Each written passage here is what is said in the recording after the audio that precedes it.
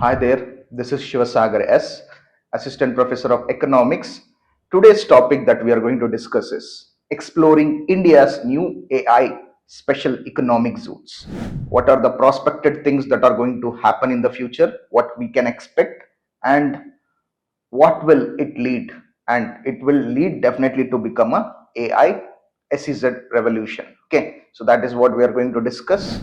So, what are AI special economic zones? Okay, so those zones are nothing but those are AI focused special economic zones which blend data infrastructure alongside with economic incentives. Okay, economic incentives. Typically, when we speak about special economic zones, those zones contains lot of liberal things in them. So let's such as tax incentives, they are exempted from tax incentives and all kind of impediments that will hamper the international trade or investments or production activities. Okay, so those impediments are being hampered, are being not hampered here, and they are provided with economic incentives. Now if we combine the data structures by the data centers which will improve the networking part and also connect the computers and digitalize the entire production process in a different way, that will bring a lot of incentive for the economy.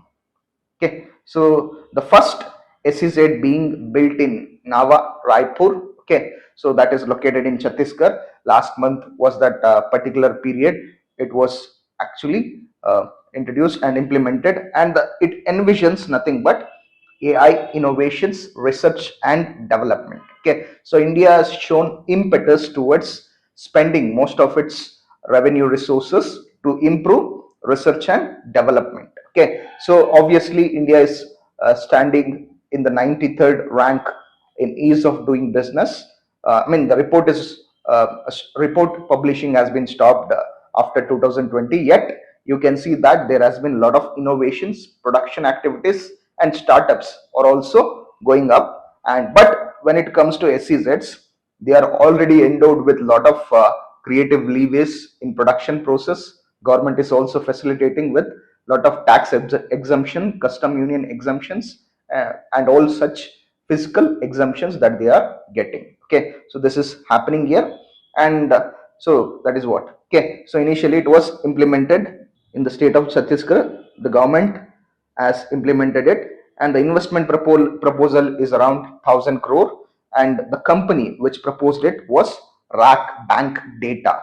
Okay, so it is a data center company which it's a data center company which aligns networking and all kinds of systematic aspects in order to improve the production and service activities. India, being a service led economy, will also have a boost in terms of producing a lot of things. Okay, so what does it aim to? Powering India's AI, and the future is going to be bright with creating a lot of employments, innovation, and growth. You know, there are more tech grads in India, and at the same point of time there are also diploma students, and the government is targeting them in order to create employment and also improve economic growth of a country. In this context, it is India. Okay, so this has happened. So the key features of this infrastructure is key features and infrastructural things that are going to happen, and what are the opportunities that are being created by this particular uh, introduction. What it is, it's like, of course we are going to talk about the geography of it. 6-acre campus, and of course 1,000 crore investment with high performance data centers.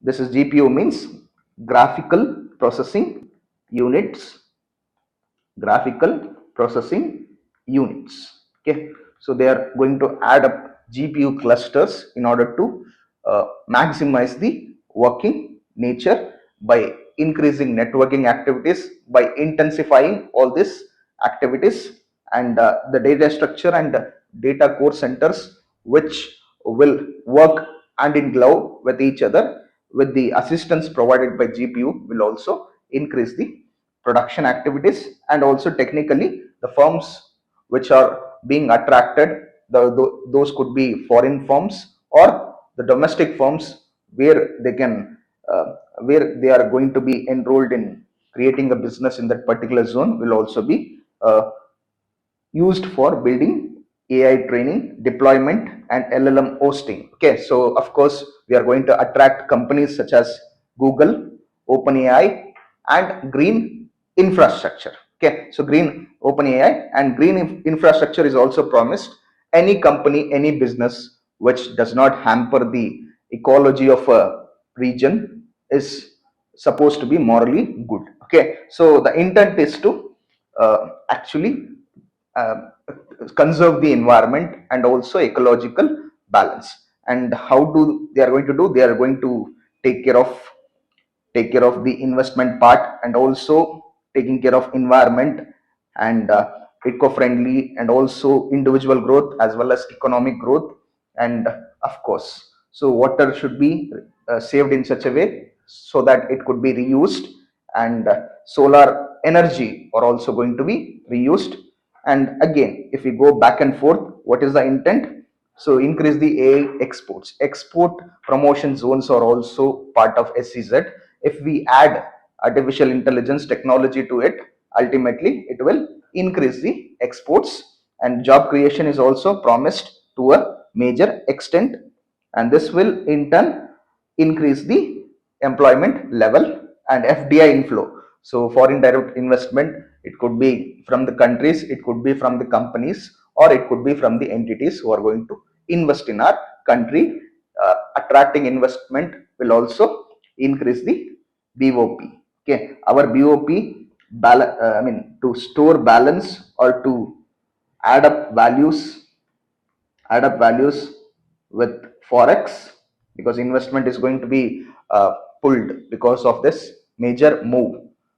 This is also going to benefit. And digital growth. Okay, so digital India's initiative, digital growth in two-thirds of cities, upskilling local youths, especially I said tech grads and diploma students who are well versed in technical aspects, yet they are unable to secure the employment. And these colleges, when they tie up together, IT colleges and let's say polytechnic colleges, okay, if they tie up together, what will it bring? It will bring a lot of skill development. It will upskill them, and foreign investment is also going to be inflown into our country, and economic growth is ultimately promised. Okay, so this is how we are going to have a progression. So benefits of it, in addition to that, I have spoken about the previous benefits of students getting upskilled and the technology. With the assistance of technology, you can see, with the assistance of technology, you can see environment is also not being hampered, and at the same point of time, investment is also being pulled because of that, and growth is promised. And all the kinds of unconventional energies that we are going to use, like solar energy and different kinds of energies, we are going to use. Okay, so in addition to that, tax holidays, like I said, a special economic zone itself promises to be liberal enough to provide a lot of ease to the businesses who are actually going to continue with the production of production activities. Okay, production of services or goods activities. So custom exemptions are also be there.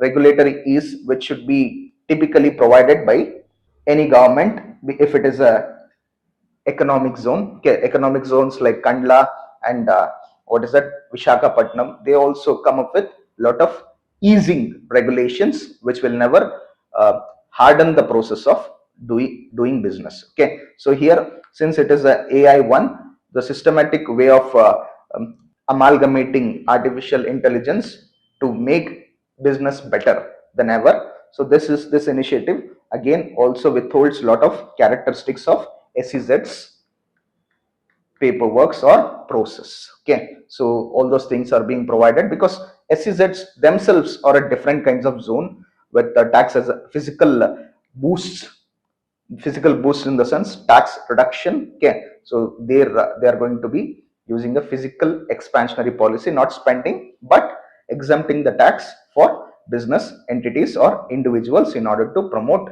growth and employment. Okay, so startups and MNC attraction that we have spoken about. So of course, yeah, it could be domestic startup or it could be somewhat FDIs getting attracted by this special plan. And also you may see polytechnics and ITI AI skilling students will also get to be a great stakeholders in order to learn a lot of things, and also they are going to achieve a lot of employments out of it. Okay, and this ultimately satiates the policy of India AI mission and digital India. So two important policies that have been contrived by government of India, that is India AI mission and digital India, will also be satiated because of this approach, and it also serves as a model for other states as well. Okay, so what to expect out of that? You can expect that construction of core data centers begins. Okay, core data centers which will increase the functioning of networking and all kind of data structure services and all kinds of business activities. Okay, so business activities will also be a major thing. Okay, so 2026, what do they actually try to achieve? The milestone is to achieve industry onboarding and AI talent. Okay, so talent programs is a part of an initiative to develop the skills. AI talent programs will also be commenced, and industry onboarding. So onboarding all kinds of industries and opening the doors for a lot of investment is also a major agenda for the government.